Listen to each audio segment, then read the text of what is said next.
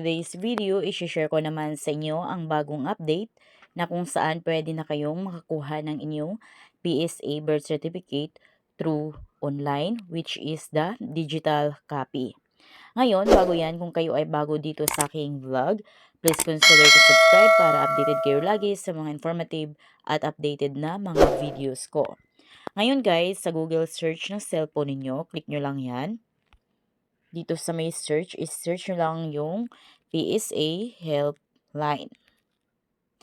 So, ito na yung website. Click nyo lang yan. Ayan.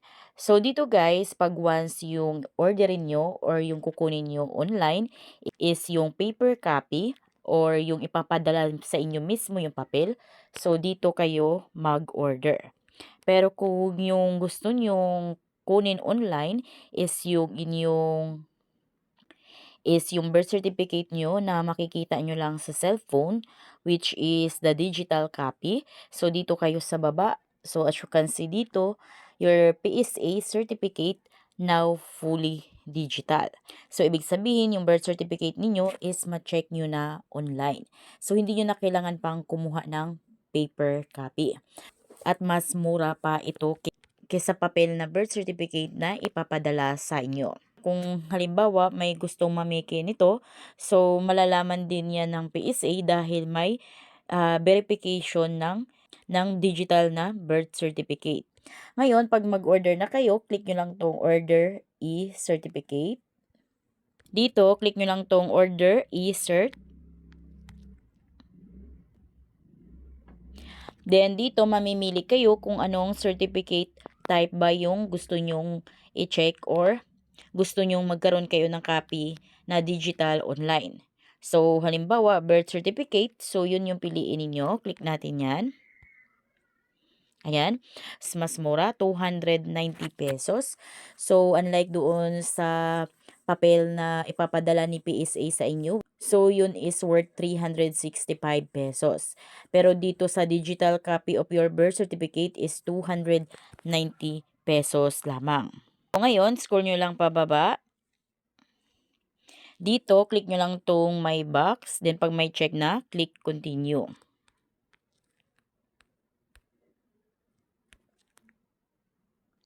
So, para kanino yung kukunin yung birth certificate? So, take note dito na ang pwede nyo lang mapagkuhaan ng birth certificate is para sa sarili ninyo, sa mama ninyo, sa anak ninyo, sa papa ninyo, sa anak ninyong lalaki, at saka sa asawa ninyo. So, hindi pwedeng kukuha kayo ng PSA birth certificate or mag-request kayo na hindi nyo kano-ano yung pagkuhaanan ninyo. So, sa akin, ang kunan ko ng birth certificate is for myself. So, click natin yan. Then, click continue. So, dito, certificate owner details. So, ano nga ba yung gender or sex ninyo? So, sa akin, female. Click natin yan. Then, lagay nyo dito yung inyong pangalan, middle name, and then your surname or last name, apelyido. Then, dito guys, pag once na wala kayong middle name, so pwede naman, click nyo lang to. Ayan, para hindi kayo hanapan ng middle name. Then, after nyo ma-fill out yan lahat, so double check nyo kung tama ba. Then, pag tama naman, click continue. Next naman is your birth details. So, dito, lagay nyo lang kung anong month ng birthday ninyo, day, at saka year. Kung kayo naman is pinanganak sa Pilipinas, so, okay na yan, Philippines. Next is your province, and then your municipality. Then, after niyan, click continue. Next is your father's personal details. So, sa iba, wala silang father name sa kanilang birth certificate. So, click nyo lang tong my box para hindi na kayo hanapan dito ng father's name. Pero kung may father's name naman kayo, so of course, lagay nyo lang dito yung pangalan ng papa ninyo, middle name niya, at saka yung apelyido niya. Then, huwag niyong kalimutan kung may suffix, so lagyan nyo. Pero kung walang suffix, so okay na yan. Pero kung meron guys, click nyo lang to, then pili lang kayo dito ng suffix. Then, ganun din dito, pag once na walang middle name yung papa ninyo, so click nyo lang to para hindi na hanapan ng middle name. After nyan, click continue. Next is your mother's personal details. So, dito wag kayong magkamali. Please use the maiden name of your mother as it appears on your birth certificate. Dito, ilagay ninyo yung pangalan ng mama ninyo sa pagkadalaga. Ano yung apelyido niya sa pagkadalaga, middle name niya sa pagkadalaga, at yung pangalan niya. Then, kung halimbawa wala siyang middle name, click nyo lang to for none. After nyan, click continue. So, dito bago tayo mag-continue, kailangan nyo munang i-review yung details ng inyong certificate. So, double check, triple check ninyo kung tama ba yung inyong details na nailagay dito. Then, pag may mali naman guys, so balikan nyo lang, check nyo lang sa taas, i-edit nyo lang yung details ninyo. Then, pag tama naman yung lahat ng information na nailagay ninyo, so click nyo na tong nasa pinakababa, continue to your information. Then, dito naman is your mobile number. Lagay nyo lang yung cellphone number nyo dito. And then, your email address. Then, click continue. Then, what is the purpose of your request? Halimbawa, for claims or benefits or loans. So, yun yung piliin ninyo. Click natin yan. Then, click continue. Ayan. Again, review and submit. So, bago kayo mag-submit dito, paki-double check, triple check nyo ulit kung tama ba yung information na nailagay ninyo. Then, pag tama na, click nyo tong submit order. So, ayan, ito na yung ating reference number. So, itong reference number na ito yung magagamit natin para makapagbayad tayo through online, over the counter. Pero kung halimbawa gusto nyo magbayad ng mas mabilisan through QR code, so download nyo lang itong QR code na ito or kaya screenshot, pwede din. Para mas maganda, click nyo tong download QR PH. Ayan. Pag na-download na yan, click open nyo. Ayan. So, itong QR code na to, pwede na ito yung gamitin natin pambayad through GCash or mga banks. So, take note na hindi pa-process ni PSA kung halimbawa hindi nyo nabayaran. Ito ay payment first. Kaya after nyo mabayaran, sa kanila ipaprocess yung digital copy ng inyong birth certificate. So, para naman sa tutorial nito kung paano kayo makapagbayad sa inyong PSA through online. So, meron akong mga tutorial niyan. I-search nyo lang sa YouTube.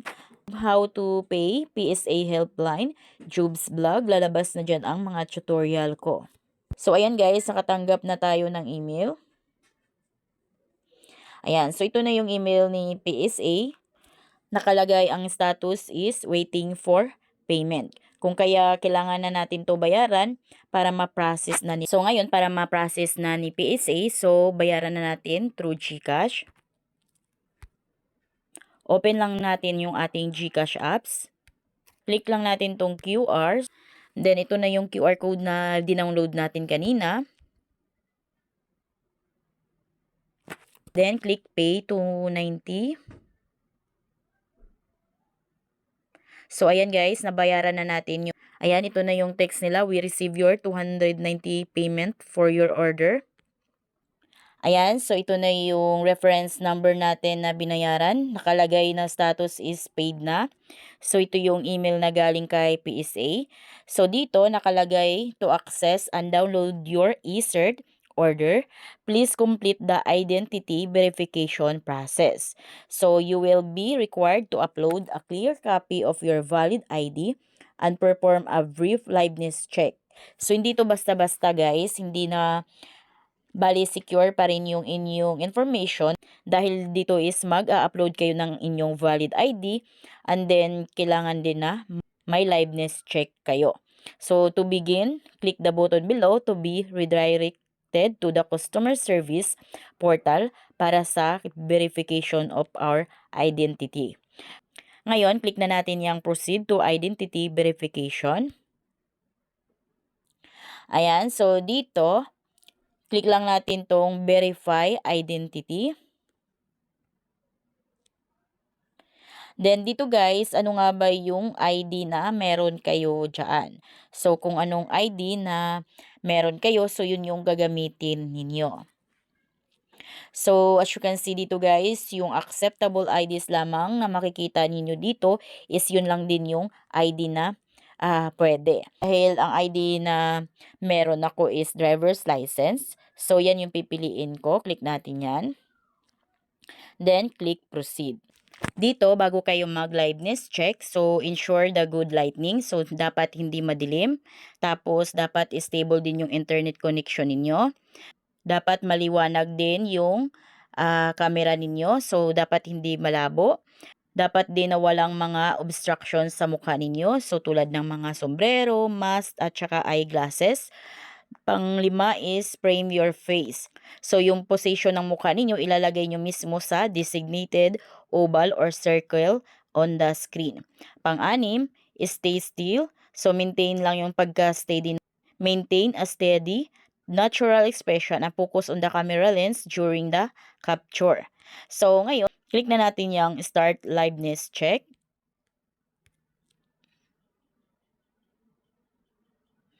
Then, allow lang ninyo guys. Pag may lumabas nito na ganito, allow lang. Allow while visiting the... Ayan, connecting na guys. Hintayin nyo lang. Then, click nyo lang tong start video check. Move closer.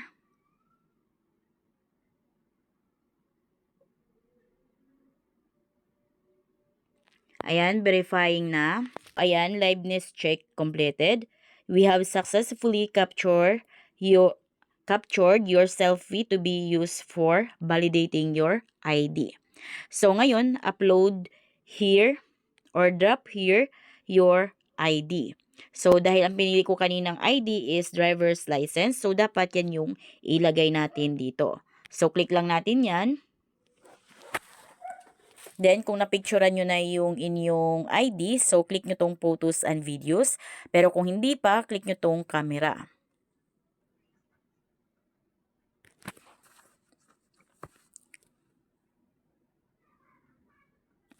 Ayan, na-attach na natin yung ating driver's license. Ngayon, click na natin yung submit.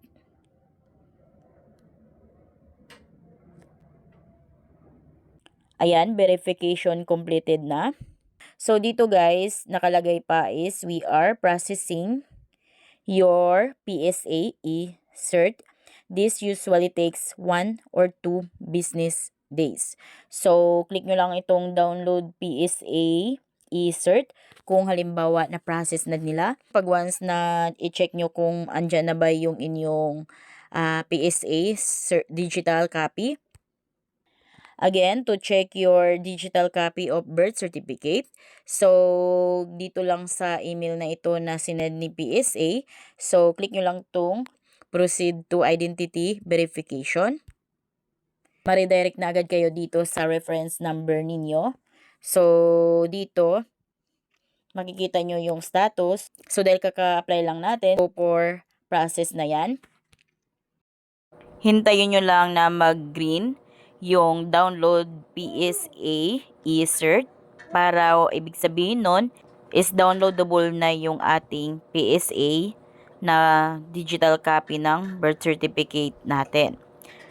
So, check lang natin ito na pwede nang ma-download yung ating digital copy of our birth certificate. So, ganun lang yung gagawin ninyo. Open nyo lang yung email ninyo. Then, click nyo lang yung link doon para ma-check nyo dito kung downloadable na ba yung PSA digital copy ng ating birth certificate.